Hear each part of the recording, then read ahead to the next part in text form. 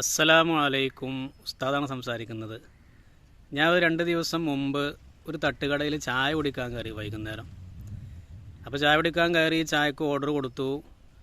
അപ്പോൾ ഞാൻ ഇരിക്കുന്ന സമയത്ത് സാധാരണ നമ്മുടെ നാട്ടിൽ ഇപ്പോൾ കാണുന്നത് പോലെ തന്നെ ടേബിളുമ്മലും കസേരമ്മലും എന്ന് വേണ്ട എല്ലാ സ്ഥലത്തും നിറയെ ഈച്ചകളാണ്.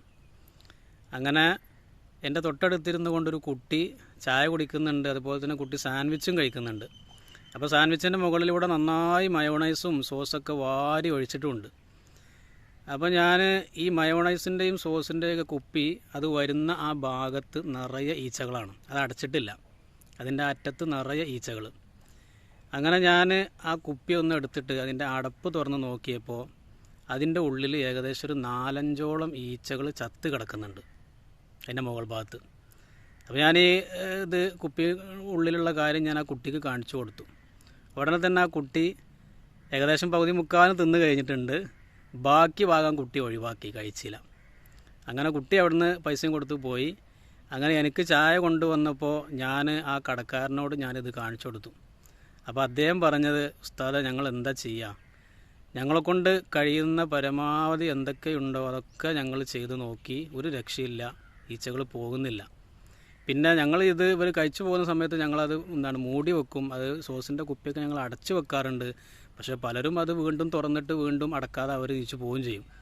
അപ്പോൾ അങ്ങനെ ആകുമ്പോൾ ഈച്ചകൾ അതിൻ്റെ ഉള്ളിൽ കൂടെ ചിലപ്പോൾ താഴത്തേക്ക് ഇറങ്ങി അതിൽ വീണ്ടും ചാകാൻ സാധ്യത ഉണ്ട്.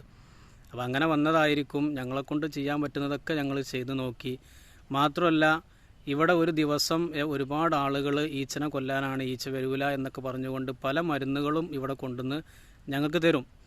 ഞങ്ങളതൊക്കെ വാങ്ങും. ഏകദേശം ഒരു 100-300 രൂപ ഒരു ദിവസം ഞങ്ങൾ ഇത്തരം മരുന്നുകൾ വാങ്ങിയിട്ട് അതും ഞങ്ങൾ പരീക്ഷിച്ച് നോക്കി, ഒരു രക്ഷയില്ല. ഇത് അടിക്കുന്ന സമയത്ത് ഏറി വന്നാൽ ഒരു 10 മിനിറ്റ് കുറച്ച് ആക്കണ്ടാവും, വീണ്ടും ഈച്ച വരും, ഈ ശല്യം തുടങ്ങും. ഇവിടെ ഹെൽത്ത് ഉദ്യോഗസ്ഥർ വന്നിട്ട് ഞങ്ങൾ അവരോടും ചോദിച്ചു, നിങ്ങളെന്തെങ്കിലും ഇതിനൊരു പരിഹാരം കാരണം വരുന്ന കസ്റ്റമർ മുഴുവൻ ഞങ്ങളോടാണ് ചോദിക്കുന്നത്, ഇതിന് പരിഹാരം നിങ്ങൾ തന്നെ പറഞ്ഞു തരുമോ എന്ന് പറഞ്ഞപ്പോൾ അവരും പറഞ്ഞ് ഇതിന് പ്രത്യേകിച്ച് പരിഹാരങ്ങളൊന്നുമില്ല, നിങ്ങൾ പരമാവധി ശ്രദ്ധിക്കുക, ഉണ്ടാക്കി വെച്ച പലഹാരങ്ങളൊക്കെ നിങ്ങളൊന്ന് അടച്ചു വെച്ചുകൊണ്ട് സൂക്ഷിക്കുക. അതുപോലെ തന്നെ മയോണൈസിൻ്റെയും സോസിൻ്റെ കുപ്പി, മയോണൈസും സോസും ഒഴിവാക്കാൻ പറ്റുമെങ്കിൽ അത് ചെയ്യുക, ഇല്ലാതിൻ്റെ അതിൻ്റെ കുപ്പി, അതിൻ്റെ ടാപ്പ് എപ്പോഴും അടച്ചു വെക്കാൻ ശ്രമിക്കുക. അത്രേ നമുക്ക് ചെയ്യാൻ പറ്റുള്ളൂ എന്നാണ് അവരും പറയുന്നത്. അപ്പോൾ അവരുടെ ഭാഗത്ത് നിന്ന് ചിന്തിച്ച് നോക്കുന്ന സമയത്ത് ശരിയാണ്, നമുക്ക് അവരെ കുറ്റപ്പെടുത്താനും കഴിയില്ല. എന്നാലും ഇത് കാണുന്നവരോട് പറയാനുള്ളത്, പരമാവധി ഈ ഒരു സമയത്തെങ്കിലും നമ്മൾ ഈ തട്ടുകടയിൽ നിന്നും ഹോട്ടലിൽ നിന്നൊക്കെയുള്ള ഭക്ഷണങ്ങൾ ഒഴിവാക്കാൻ പരമാവധി ശ്രമിക്കുക. ഇപ്പോൾ തട്ടുകടയിൽ ഭക്ഷണങ്ങളും പലഹാരങ്ങളും ഉണ്ടാക്കുന്നത്, പൊരിക്കടികളൊക്കെ ഉണ്ടാക്കുന്നത് നമുക്ക് കാണാൻ കഴിയും.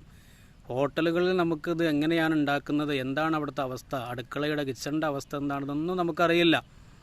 അപ്പോൾ ഈ തട്ടുകടയിൽ ഇങ്ങനെയാണെങ്കിൽ ഹോട്ടലിൻ്റെ അവസ്ഥ നമ്മൾ പറയും വേണ്ട. അപ്പോൾ ഇത്ര പറയാനുള്ളൂ, പരമാവധി ഈ ഒരു സമയത്ത് നമ്മൾ തട്ടുകട, ഹോട്ടലിൽ നിന്നൊക്കെ ഭക്ഷണങ്ങൾ പരമാവധി ഒഴിവാക്കാൻ ശ്രമിക്കുക. പലതരത്തിലുള്ള അസുഖങ്ങളും നമ്മുടെ നാട്ടിൽ പടർന്നു പിടിച്ചുകൊണ്ടിരിക്കുന്ന ഒരു സമയമാണ്. ഈ മഴക്കാലം തുടങ്ങുന്ന സമയത്ത് പല അസുഖങ്ങളും വരും. അപ്പോൾ ഇത്തരം ഒരു ഈച്ച കൊണ്ടുള്ള ശല്യം ഒരു പക്ഷേ മുമ്പ് ഉണ്ടായിട്ടില്ല എന്നാണ് തോന്നുന്നത് ഞങ്ങൾ ഈ പരിസരത്തൊക്കെ. കാരണം എവിടെ ചെന്ന് കഴിഞ്ഞാലും ഭയങ്കര ഈച്ചയാണ്. അപ്പോൾ ആ നേരത്തെ കടക്കാരൻ പറഞ്ഞ് ഞങ്ങൾ യൂട്യൂബിൽ ഒരുപാട് വീഡിയോകളൊക്കെ കണ്ടിട്ട് അതുപോലെ ചെയ്ത് നോക്കി, ഒരു രക്ഷയില്ല. അപ്പോൾ അവരെ പറ്റി കുറ്റം പറഞ്ഞിട്ടും കാര്യമില്ല, കാരണം അവരുടെ ഉപജീവന മാർഗ്ഗമാണ്. നമ്മൾ ഇനിയിപ്പോൾ അവിടെ ചെന്നിട്ട് വീഡിയോ എടുത്തിട്ട് അതൊരു വിഷയമാക്കാനൊന്നും ഞാൻ നിന്നിട്ടില്ല, ഫോട്ടോ എടുക്കാനോ വീഡിയോ എടുക്കാനോ നിന്നിട്ടില്ല, കാരണം അവരും ജീവിച്ചു പോട്ട പാവങ്ങളല്ലേ. അപ്പോൾ നമ്മൾ ഇത് കാണുന്ന ആളുകളോട് പറയാൻ ഇത്രയേ ഉള്ളൂ, പരമാവധി ഹോട്ടൽ ഭക്ഷണങ്ങളിൽ നിന്നൊക്കെ ഒഴിവാകാൻ നോക്കുക, നമ്മുടെ തടി നമ്മൾ തന്നെ സംരക്ഷിക്കുക എന്ന് മാത്രമേ ഈ സമയത്ത് പറയാനുള്ളൂ. എനിക്കുണ്ടായ ഒരു അനുഭവം നിങ്ങളുമായി പങ്കുവച്ചു എന്ന് മാത്രം. അസ്സലാമു അലൈക്കും വറഹ്മത്തുള്ളാഹി വബറകാതുഹു.